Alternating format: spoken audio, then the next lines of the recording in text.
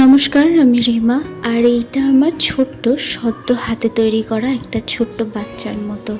এই চ্যানেলটা নতুন করেছি, যার নাম রেখেছি হাতে কলমে রিমার সাথে। কেন বলো তো হাতে কলমে রিমার সাথে দিলাম? যেই জিনিসগুলো আমি ভালোবেসে অত্যন্ত যত্ন সহকারে করি, তাই সযত্নে তৈরি করা আমার হাতের জিনিস যেহেতু, তাই জন্যই নামটা দেওয়া হাতে কলমে রিমার সাথে। এবার তোমাদের পালা। আমার যদি ভিডিওগুলো ভালো লেগে থাকে তাহলে আশা রাখবো যে তোমরা আমাকেও অন্যান্যদের মতো সাহায্য করবে আগে এগোতে।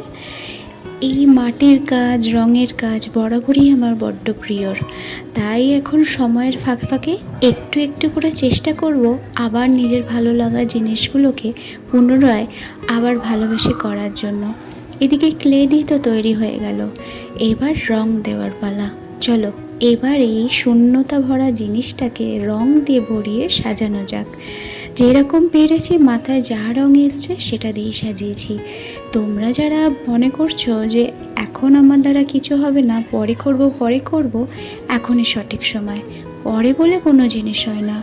জানো তো, ছোটোবেলায় যখন বই, খাতা, পেন, পেন্সিলের মধ্যে দিয়ে আঁকুবুকি করতাম, তখন আমার মা আমাকে কোনো রকমভাবে বলতো না যে জিনিসটা খারাপ হয়েছে, বরঞ্চ আরও উৎসাহিত দিয়ে বলতো, তোর মতো আর কেউ আঁকতেই পারবে না। সত্যি আজ সেই দিনগুলো বড্ড বেশি মনে পড়ে। থাক, সেই সব দিনগুলো হয়তো আর ফিরে পাবো না, তবে মায়ের সাথে কাটানো সময়গুলো একাকিত্বে আবার নিজেকে নিজেই অনুভূতি করতে পারবো।